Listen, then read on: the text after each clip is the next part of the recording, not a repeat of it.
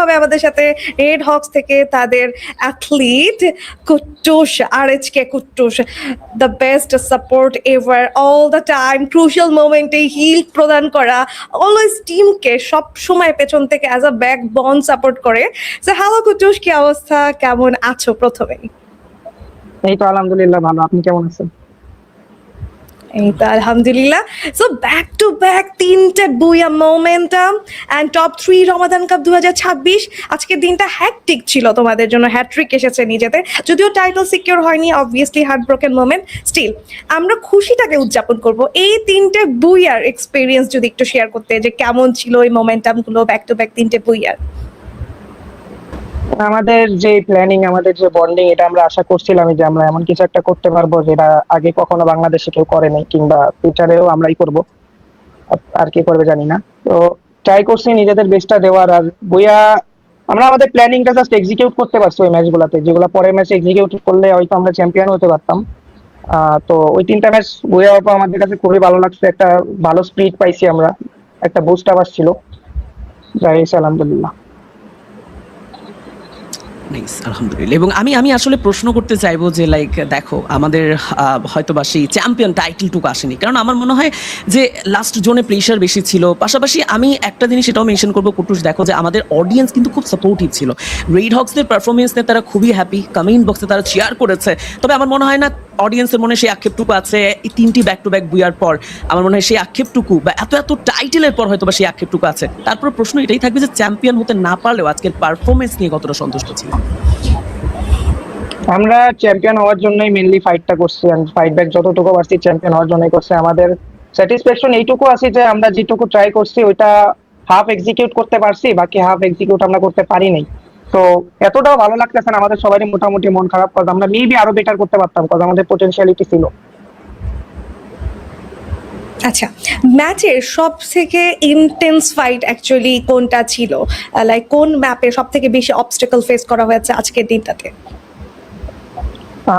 বারমুডার যে ফাইট গুলো আমরা নিয়েছিলাম, লাইক অনেক প্রেশার দিছি লাস্টে, যে 2v4টা বের করছে নিজার ভাইয়ের ব্লেডে, ওইটা আমাদের জন্য আর কি একটা অনেক সুন্দর একটা ফাইট এক্সপিরিয়েন্স ছিল। বাট যেহেতু আসলে প্লেয়ারদের কথা চলেই আসলো আপু, আমি একটা প্রশ্ন করতে চাইবো। যদি আমি আসলে প্রশ্নটা এভাবে করি যে আজকের ম্যাচগুলো হলো টোটাল আমরা 7টি ম্যাচ খেলেছি, দেখেছি, সেখানে আসলে যদি একটি প্লেয়ারকে হিরো বানাতে হয় তবে ঠিক কোন প্লেয়ারটাকে হিরো বলতে চাইবো? আমাদের টিমের হ্যাঁ, বাংলাদেশে একটাই হিরো আছে, ওটা ব্লেড। আমাদের টিমের কি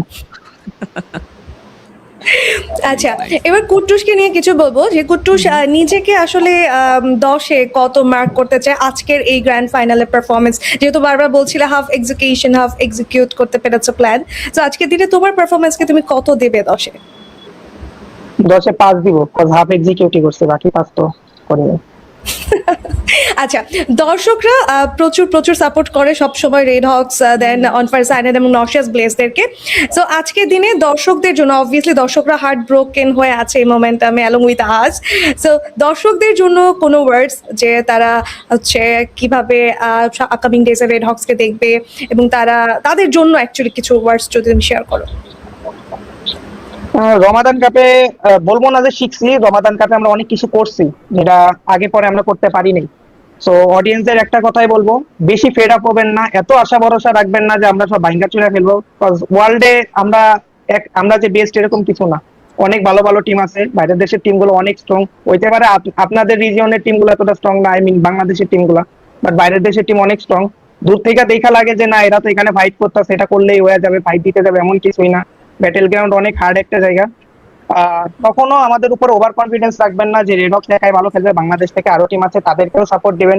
আর মেন যেই জিনিস, সব টিমকে সাপোর্ট করবেন, কাউকে হেড দিবেন না, কজ সব দিন শেষে এরা বাংলাদেশের হয়ে খেলতে আসতেছে। এমন না যে এদেরকে অটো পাঠাই দেওয়া হয়েছে, সবাই কোয়ালিফাই হয়ে এখানে আসছে, ফাইনালে কোয়ালিফাই করা এত নর্মাল কোনো বিষয় না। সো জাস্ট টেক্সটিং করে একটা টিমের বদনামি আপনি করে দিতেছেন, এতটা সোজা না, ওরা নিজেরা খেলা এখানে আছে, কাউকে হেড দিবেন না কখনো। আর যতটা পারবেন প্লেয়ারদের মোটিভেট করবেন যেন তারা লং টার্ম আরো ভালো করতে পারে। বাংলাদেশের অবস্থা আগে থেকে অনেক উন্নতি হয়েছে, আশা করি আরো উন্নতি হবে। আচ্ছা, এই ওভারঅল টুর্নামেন্টে সব থেকে স্ট্রং কম্পিটিটর অ্যাকচুয়ালি কে ছিল রেড হকসের জন্য?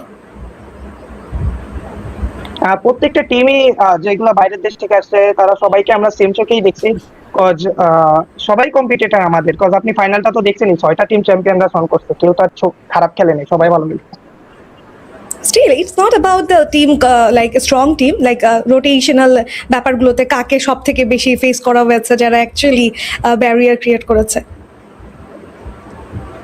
কোনো পার্টিকুলার টিম আমাদের ব্যারিয়ার ক্রিয়েট করে নাই, but BTR K as a strong competitor দেখছিলাম, কজ ওরা ইডব্লিউসি খেলছে, ইডব্লিউসি তে দেখছি ওরা কতটা স্ট্রং একটা টিম, ওই অনুযায়ী পারফরমেন্স আমরা ফাইনালে দিতে পারি না, but still they are one of the best team of Indonesia, তো ওদেরকে যে কম্পিটিটর বেশি দেখছি।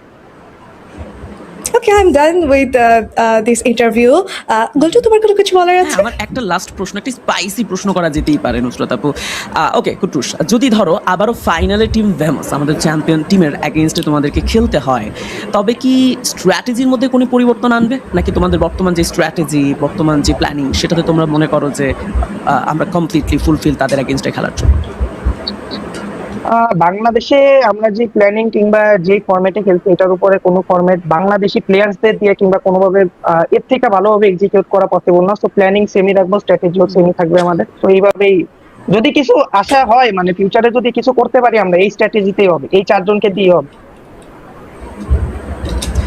একদম। এবং সেই সাথে সাথে নুসরাত আপু, আমরা কিন্তু একটা লং টাইম আমাদের লাইক টপ 3 কনফার্ম করা বাংলাদেশি টিম, একটা হ্যাট্রিক কমপ্লিট করা বাংলাদেশি টিম রেড হক্সকে নিয়ে ইন্টারভিউ সেশনে ছিলাম। Kutus, thank you so much এতটা সময় আমাদেরকে দেওয়ার জন্য, এবং ওয়েল ডান ম্যান। আসলেই খুব দুর্দান্ত একটা দিন ছিল বাংলাদেশের জন্য, অনেক চিয়ার আপ একটা দিন ছিল, অনেক আপসেট একটা মুহূর্ত গিয়েছে 25 সাল বা 2026 এত সুন্দরভাবে শুরু করবে বাংলাদেশের টিমগুলো, এটা আসলে প্রশংসনীয়।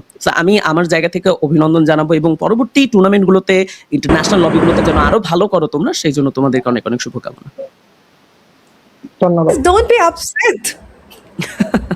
ইয়েস, ট্রাই করবো It's যেন আরো ভালো করতে পারি।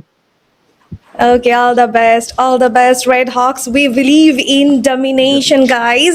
And Red Hawks, তারা কিন্তু আজকে দিনটাতে টপ 3 ডান করেছে। Okay, Allah Hafiz, bye bye, Kutush. Bye. By.